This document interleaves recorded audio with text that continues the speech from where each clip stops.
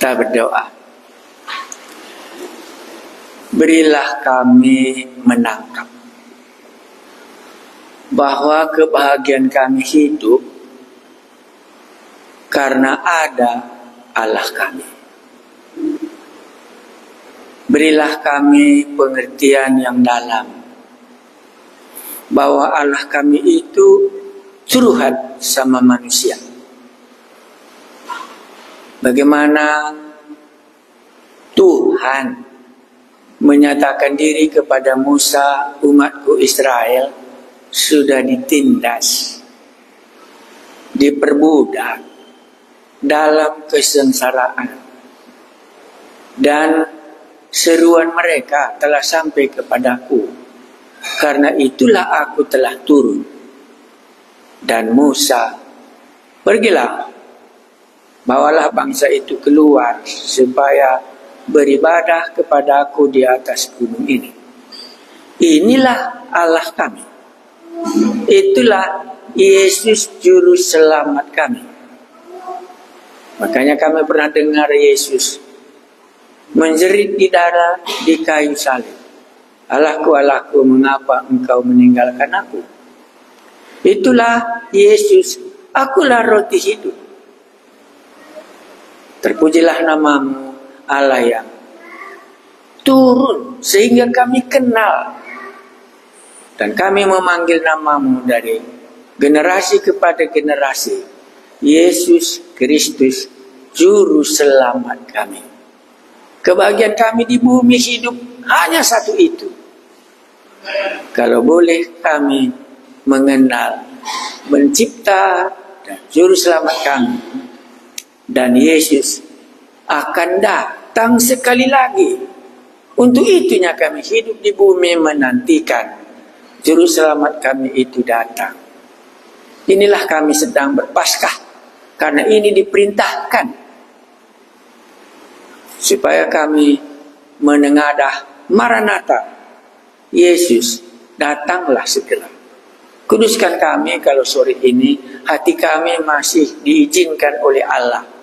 Bukan seperti hati Firaun, dikeraskan. Tapi masih Tuhan izinkan lembut hati kami, merindukan Allah kami, pencipta juru selamat kami, bahkan yang berkorban untuk kami. Di dalam Yesus kami mengucap syukur dan berdoa. Amin.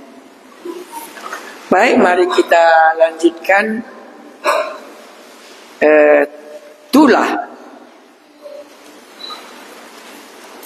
Mari kita lihat sampai tulah keberapa kita tadi malam. Kita lihat coba yuk. Keluaran.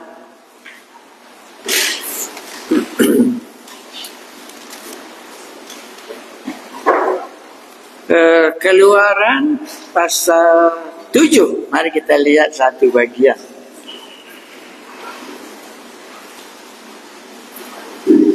Jadi pemikiran kita kalau kita baca Alkitab bukan ayat 1, ayat 2, ayat 3, bukan begitu ya. Apa yang dikatakan tentang Allah dalam bagian ini? Karena kita sudah salah eksegesi kita. Jadi jangan lagi ayat 1, ayat 2, ayat 3 cerita begini tapi nggak ada kesimpulan. Jadi kalau dalam kitab Keluaran ini, kalau orang katakan Allah itu baik, apa yang Anda katakan? Apakah Allah itu baik di dalam kitab Keluaran? Atau Allah itu keras? Karena kita nggak kenal Allah. Saya banyak dipengaruhi sedikit karena saya dengar ekonomi krisis. Iya, sudah lama kami ditokohi kata Pak Trump. Karena itu kami akan naikkan pajak. Iya, jadi mungkin sudah lama kita menokohi Allah kita. Sekali ini Allah kita tidak akan bisa lagi kita tokohi. Ya. Gempar kali. Saya terkejut sekali waktu mengikuti berita itu ya. Ya, saya bukan orang ekonomi. Saya orang beriman. Tapi waktu saya ikuti, satu kata yang membuat saya sangat terkejut kali. Ilmu ekonomi kita dalam bidang ini tidak berlaku. Terkejut kali saya. Karena dalam hati saya sudah semua ilmu ada batasnya.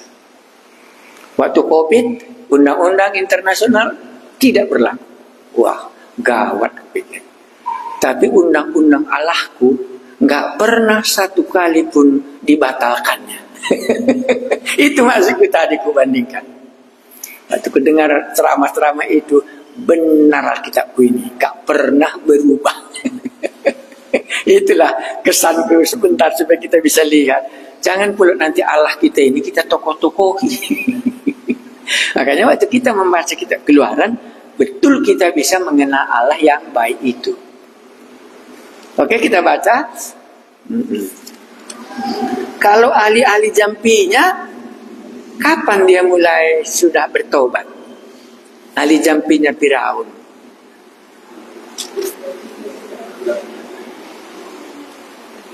Itu sudah masuk mujizat ke berapa ya? Kata masih bisa dia. Nyamuk, ya itu kita perlu kali baca. Ya, supaya kita bisa melihat ya. Mari kita baca dulu Keluaran pasal 8-nya. Berapa itu? Tulah ketiga ya. Tulah ketiga ya. Ayat 19 ya. Itu sudah keluar. Ayat 19 saya baca. Lalu berkatalah para ahli itu kepada Firaun, inilah tangan Allah. Yang mana tangan Allah di sini? Iya, banyak nyamuk. Kalau kita lihat tangan Allah, semuanya memberkati. Keluaran 8 ayat 19. Ini tangan Allah yang bagaimana? Mendatangkan apa? Nyamuk. Ya. Oke, kedua. Berarti kitab Keluaran ini dalam semuanya ini hampir apa? Sehubungan dengan penciptaan. Begitu ya. Masih dekat kali ceritanya Allah dengan penciptaan. Makanya tadi kita sudah cerita-cerita. Tulah pertama apa?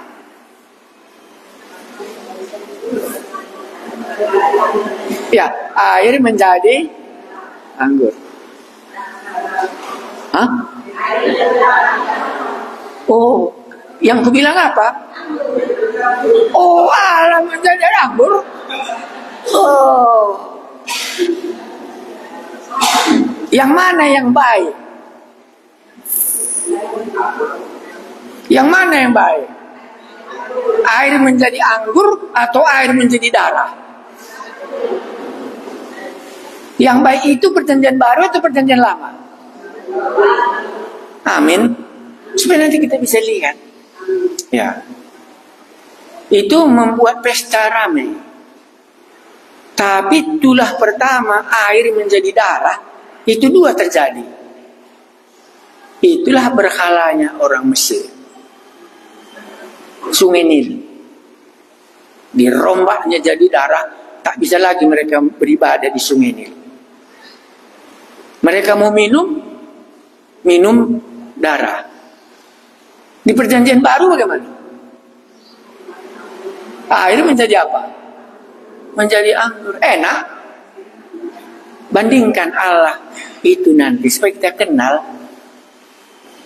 Nah, karena kita kan membicarakan Allah, itu yang kita bicarakan. Maka Anda nanti akan bisa mengatakan, aku sudah kenal Allah selengkapnya. Jadi enggak kutokohi lagi dia gitu. Ya, aku ingat kali pidatonya itu. Sudah lama kami di-cheating katanya. But now we never cheating by everybody. Tahun-tahun ini. gempar semua dunia. Kita akan berpikir tentang Allah kita itu. Makanya namanya sudah berani kamu sekarang, Yesus tolonglah aku orang berdosa. Jelas ya, jangan lagi Bapa di surga tolonglah aku. Enggak akan ditolongnya karena kamu enggak kenal sama dia. Nah itu pertama, nanti pikir-pikirlah. Karena ini kan siapakah Allah di dalam kitab Keluaran ya. Dan apa yang dibuatnya. 10 mujizat, satu pun enggak menguntungkan. Tapi selama Tuhan Yesus, semua mujizat ngapain? Menguntungkan. Dan itulah neraka dan surga. Ya, itulah bedanya. Nanti kita lihat. Oke, jadi saudara kami ingat itu, kutulis di sini berarti creator, penciptalah yang melakukan semuanya ini. Karena masih dekat dengan kitab Kejadian.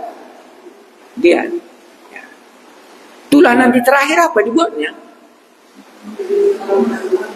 Tulahnya ini. Apa dibuatnya nanti tulah yang terakhir? Iya. Ya, mari kita baca langsung. Keluaran 12 ayat 13. Sudah dibagikan bahannya. Ada di situ kan? Ya, mari kita baca itu. Keluaran 12 ayatnya 13. Sudah semua kita lihat. Ya. Sudah dapat bahannya. Nanti bawa itulah ringkasannya kalau hanya satu kali khutbah, itulah Paskah. Tapi kita tidak, karena kita mau baca Alkitab ya. Sudah lihat? Mari kita baca. Cukupkah dibaca ayat 13 saja? Mungkin lebih enak kalau kita baca ayat 12 ya. Atau ayat 11. Supaya nambung ya. Kita baca ayat 11. Ini Paskah. Ini di depannya kan tentang perayaan Paskah ya. Ya. Ayat 11 kita baca. Dan beginilah kamu memakannya. Pinggangmu berikat. Kasut pada kakimu dan tongkat di tanganmu. Buru-burulah kamu memakannya. Itulah Paskah bagi Tuhan. Dan jadi Paskah ini bagi manusia atau bagi Tuhan?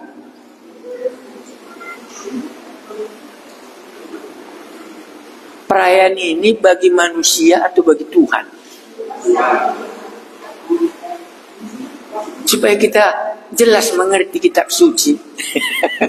Jadi yang dipestakan di sini Tuhan, bukan manusia. Jadinya kapan kita perjamuan kudus? Besok atau minggu depan? Besok. Kalau besok jangan bawa, nggak ngerti kita. Besok. Oke. Kalau gitu sebelumnya, jangan Anda datang perjamuan kudus kalau bawa jimat ya. Syarat perjamuan kudus tidak bisa punya jimat. Itu syarat pertama. Karena ini pesta bukan kita, tapi pesta untuk Tuhan. Itu syarat pertama. Nah, kalau besok kita perjamuan kudus, cocok itu. Jadi saya hitung-hitung berapa kali saya khotbah, saya pikir tadi malam dapat 1, ini nanti sore dapat 2, siap makan nanti dapat 1, baru besok dapat 3. Kaban jahe 12 session, 12 khotbah ya. Ya, di sini dapat setidaknya dapat 7 ya. 7, syukurlah syukur. Ya, jadi besok kita perjamuan kudus. Kalau ada kawan lu, jangan bawa kalau dia punya jimat ya. Karena dia nggak bisa ikut. Karena mejanya berbeda. Mejanya sana, meja kita di sini. Ya. Oke, kita baca lagi. Jadi untuk siapa Paskah ini? Oke, besok perjamuan kudus pun kita berarti untuk Tuhan kita besok perjamuan kudus. Baca kitabmu. Karena semuanya untuk kita. Salah ya. Ini Paskah ini strik ini. Strik. Ya, kamu lihat langsung strik. Air pertama kali Tuhan Yesus buat menjadi anggur, Tetapi waktu Paskah, air pertama kali menjadi apa? Darah. Baru selesai nanti tulah yang ke-10, itu apa yang terjadi? Ini kita baca ya. Kita baca, nanti kamu bisa lihat. Sebab pada malam ini, aku akan menjalani tanah Mesir. Aku yang mana? Aku adalah aku. Keluaran pasal 3 ayat 14 dan 15. Inilah di sini. Sebab pada malam ini aku akan menjalani tanah Mesir. Jadi Allah kita itu bisa berjalan. Ini kesan kita di sini. Jadi sebelum pun dia menjelma menjadi manusia, bisa dia jalan di Galilea, bisa dia jalan di tanah Mesir. Ya. Sebab pada malam ini aku akan menjalani tanah Mesir. Dan semua anak sulung dari anak manusia sampai anak binatang akan apa? Akan kubunuh. Jadi Allah di dalam Paskah membunuh. Jangan hubungkan dengan Yohanes 11 ayat 25. Akulah kebangkitan dan hidup. Ya, ini dia. Tuhan mengatakan aku akan menjalaninya, dan aku datang bukan bawa berkat, tapi membawa apa? Kematian untuk membunuh. Ya, makanya tadi Paskah itu sangat mengerikan. Itulah kehadiran Allah. Ya, ya. Sebab pada malam ini aku akan menjalani tanah Mesir, dan semua anak sulung yang lahir pertamanya dari anak manusia sampai anak binatang akan kubunuh. Apalagi? Dan kepada semua Allah di Mesir akan kujatuhkan hukuman. Ini Allah di Mesir itu apa? Ahli jampi, ular, kata. Bisa dia mengubah air jadi darah Sungai Nil. Semua penyembahan berhala. Makanya perjamuan kudus nggak bisa dia ikut. Sambungnya lagi apa? Akan kujatuhkan hukuman. Siapa yang menjatuhkannya? Akulah Tuhan. Ini Tuhan huruf besar ya, bukan huruf kecil. Bukan Tuhan Yesus, bukan. Aku adalah aku. Siapakah namamu? Aku adalah aku. Akulah Tuhan selama-lamanya. Jadi Tuhan yang mencipta di dalam kitab Kejadian, di dalam kitab Keluaran, dialah yang akan membunuh. Bisa dibunuhnya karena dia yang menciptakannya. Paskah tidak baik. Ya. Selanjutnya, sudah kenal kita ke Allah atau belum? Udah ya? Oke, mari kita baca 13. Dan darah itu menjadi tanda bagimu. Jadi darah itu tanda bagimu. Pada rumah-rumah di mana kamu tinggal. Ya. Makanya tanda orang Kristen, cat orang Kristen itu langsung kita tahu Efesus pasal 1 ayat 13-14. Ketika kamu mendengar Injil dan percaya, maka Allah memberikan cat. Diberinya Roh Kudus supaya tanda milik kepu. Ya. Ini dia. Tapi di sini apabila aku melihat darah itu, maka aku akan lewat daripada kamu. Jadi tidak akan ada tulah kemusnahan di tengah-tengah kamu. Apabila aku, tetap aku ya, Allah itu aku, menghukum tanah Mesir. Hari ini akan menjadi hari peringatan bagimu. Kamu harus merayakannya sebagai hari raya bagi siapa? Tuhan. Turun-temurun. Kamu harus merayakannya sebagai ketetapan untuk selamanya. Inilah Tuhan kita di dalam hari raya Paskah. Jadi umat Israel tidak dihukum, orang Israel tidak dilihat. Karena dihukum, karena dikatakannya ayat 13. Dan darah itu menjadi tanda bagimu pada rumah-rumah di mana kamu tinggal. Apabila aku melihat darah itu, maka aku akan lewat. Itulah Passover. Itulah Tuhan lewat, tidak menghukum. Ini Paskah. Hukuman menimpa Mesir, tapi umat Israel tidak dihukum karena ada tanda bagi umat Israel itu ditaruhnya darah. Nanti kita jumpa juga tanda perempuan Rahab ya. Kamu tahu cerita Rahab? Waktu Joshua memasuki tanah Kanaan. Taruhlah, dari mana kau membuat aku turun, kata pengintai itu. Taruh di situ kain merah, supaya nanti waktu Allah menghukum kota ini, engkau tidak terhukum.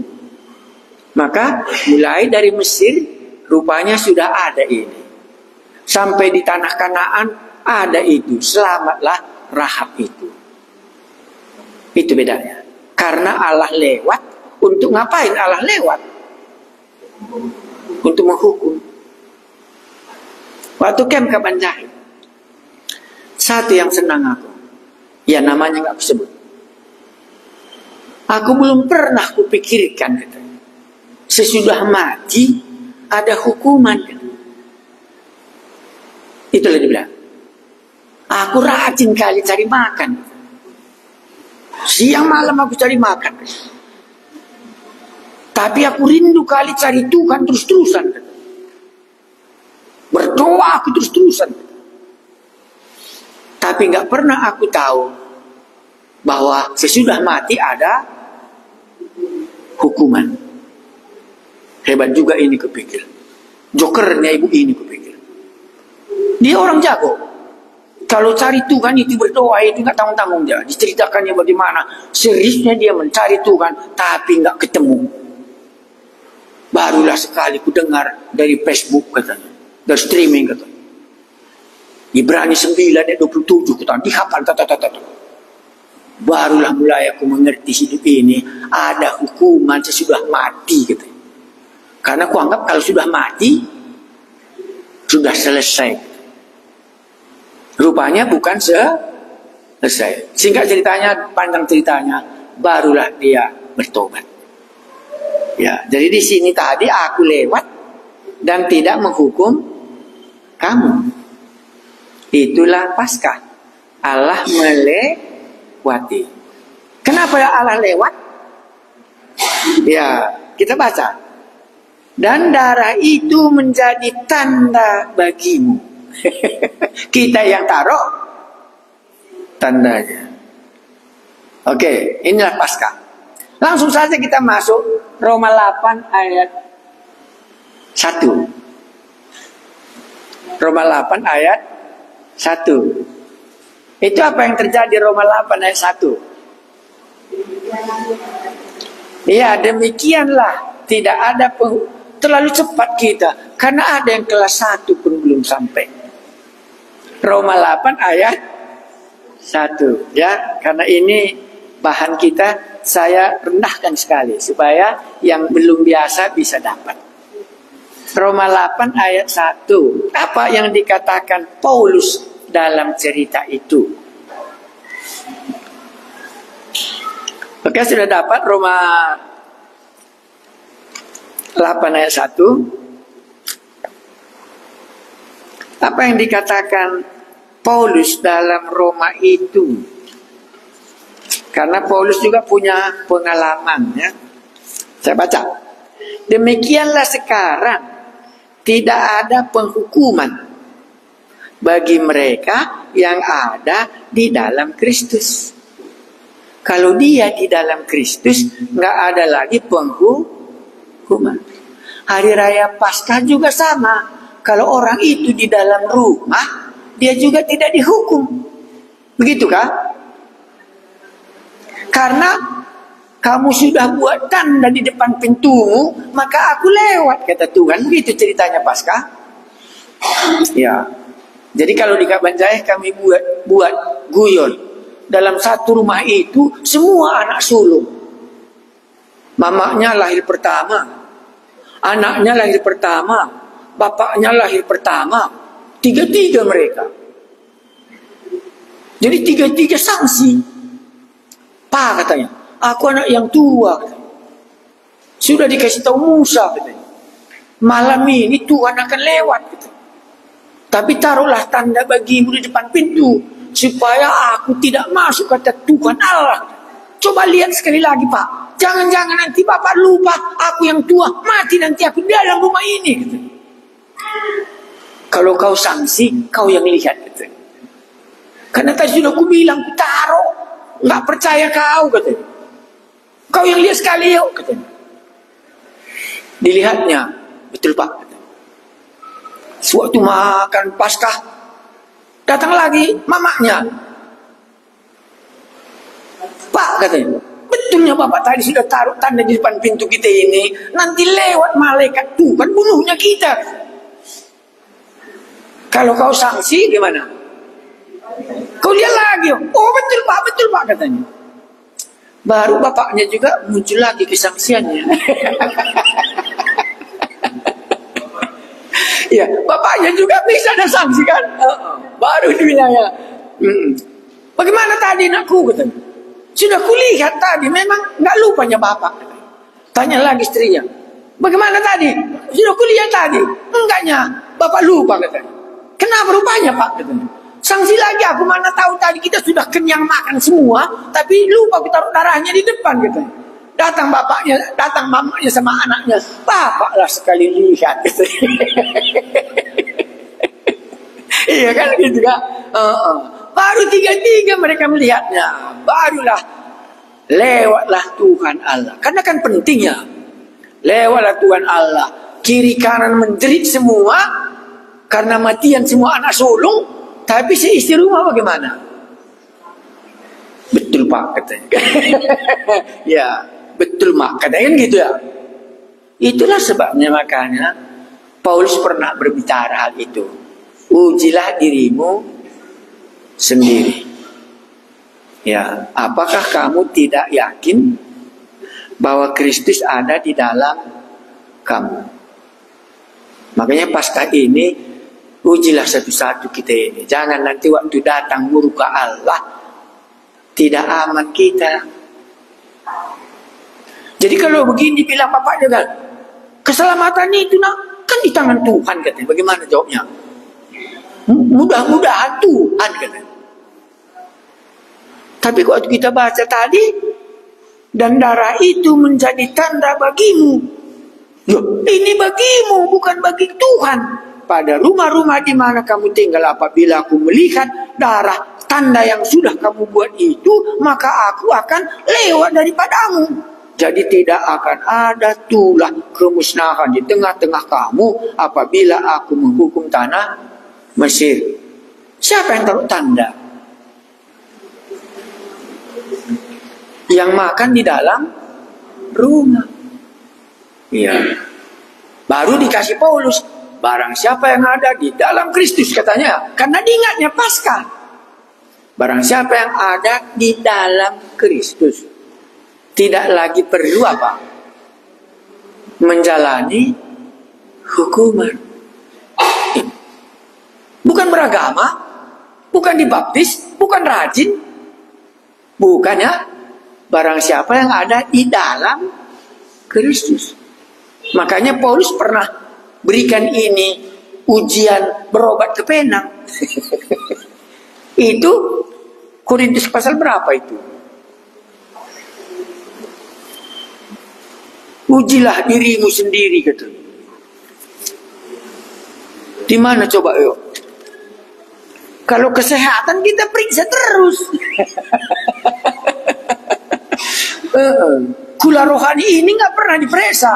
Tensi darah diperiksa terus. Kurasa tensiku sudah tinggi. Kukira, tapi belum tahu juga. Karena nggak diperiksa kan. Di mana coba? Ujilah dirimu itu di mana tertulis?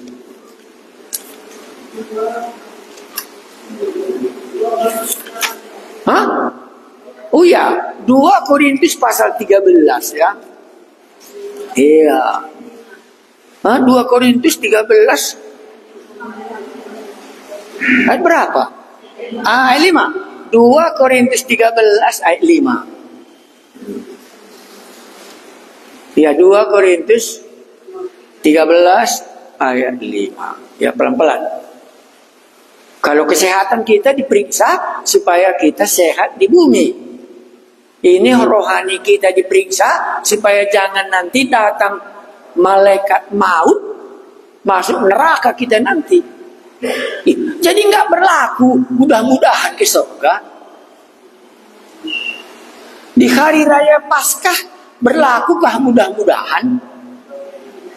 Tidak ya. Kalau tidak ada tanda, masuk.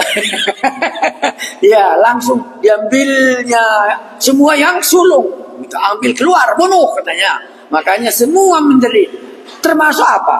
Termasuk anak kambing pun kalau yang sulung bagaimana? Iya, makanya kambing pun ribut semua katanya. Iya. Udah lihat 2 Korintus 13 ayat 5. Ujilah dirimu sendiri. Waduh, ujiah. Jadi Paskah ini uji. Sudah kamu tadi taruh Pak katanya. Sudah aku bilang katanya. Tapi kalau kau sanksi kau yang lihat katanya. Kan dia yang sudah aman gitu ya. Jadi kalau ada yang sanksi di sini nanti periksa. Paskah rupanya nggak berlaku, mudah-mudahan nggak berlaku, Tuhan yang tahu. Ya, karena kan dia tadi. Maka darah itu tanda bagimu. Kita yang harus taruh tanda, perintah dari Tuhan, tapi kita yang melakukannya. Salib dari Tuhan, tapi kita yang menerimanya. Gitu kan? Iya.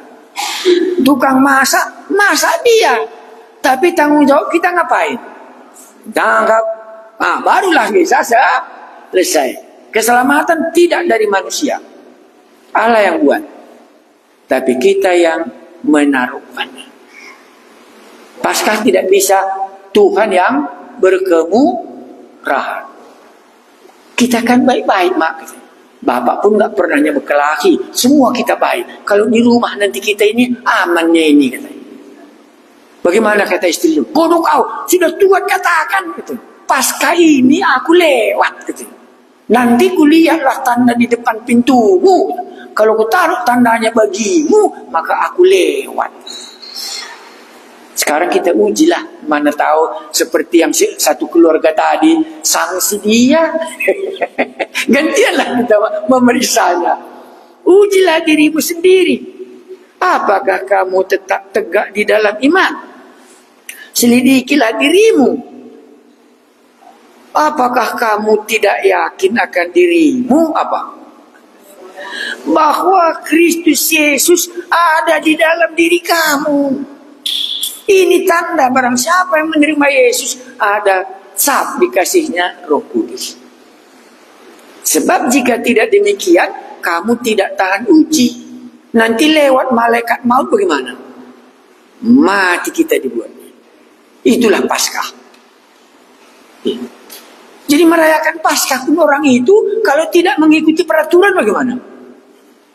Masuk malaikat maut itu. Kita ke gereja Pak, sudah dibaptis kita, masuk dia. Karena barang siapa yang tidak memiliki Kristus, dia masih perlu dihukum. Kan begitu ceritanya tadi. Tapi kalau orang sudah ada di dalam Kristus, dia tidak perlu lagi dihukum. Makanya Paulus katakan apa? Ujilah katanya. Betul-betulkah Kristus ada di dalam kamu? Katanya. Kalau tidak, kau nanti tidak tahan uji. Waktu lewat nanti, nggak ada tandanya. Datang malaikat maut itu, dibunuhnya, terjadilah kematian anak yang sulung. Karena itu lebih baik seperti keluarga yang 3 tadi. Bapaknya sudah taruh, anaknya bagaimana? Anaknya yang lihat. Bapaknya yang taruh, istrinya yang lihat. Sesudah itu bapaknya pun sangsi juga. Dia juga bisa lihat. Ujilah dirimu sendiri. Aku masih bayangkan di dalam pesawat. Setiap kali pilot katakan apa? Cek pintu kan gitu ya. Tapi cara menceknya kurang kali. Di sini pramugarinya duduk. Sudah itu bagaimana? Lari lagi dia ke sana, dia juga menceknya 2 kali, double cek. Dan baru terbang. Kita ini nggak pernah kita periksa, terbang saja terus. Neraka nanti itu masuk seperti ibu tadi. Nggak tahu aku sesudah mati ada penghakiman. Jadi kalau begitu Paskah ini tidak boleh kita katakan Tuhan yang tahu. Karena dikatakannya tadi bagimu. Jadi kita yang membuatnya. Siapa yang ada di dalam Kristus tidak perlu lagi ada penghakiman, tidak lagi penghukuman. Oke, betul kali. Paskah itu betul. Aku akan lewat. Makanya ada kematian, makanya ada darah kan kematiannya. Iya. Sekarang ujilah dulu. Betul-betulkah memang kapan kita sudah ada Kristus di dalam hidup kita? Ya, aku orang rajin, boleh. Tapi kalau nggak ada Yesus bagaimana? Nggak bisa ya? Ya, aku orang baik-baik katanya. Aku orang Mesir, aku orang Israelnya katanya. Aku keturunan Harun katanya. Tapi Tuhan katakan apa? Semua yang tidak ada tanda, kan gitu tadi katanya. Aku akan masuk dan membunuhnya. Ya. Kalau sampai di sini khotbah pertama, ada yang mau ditanyakan atau belum? Kan pernah uji diri orang berdosa? Pernah? Hah? Oh, nggak tahu. Nanti datang sama aku biar ku.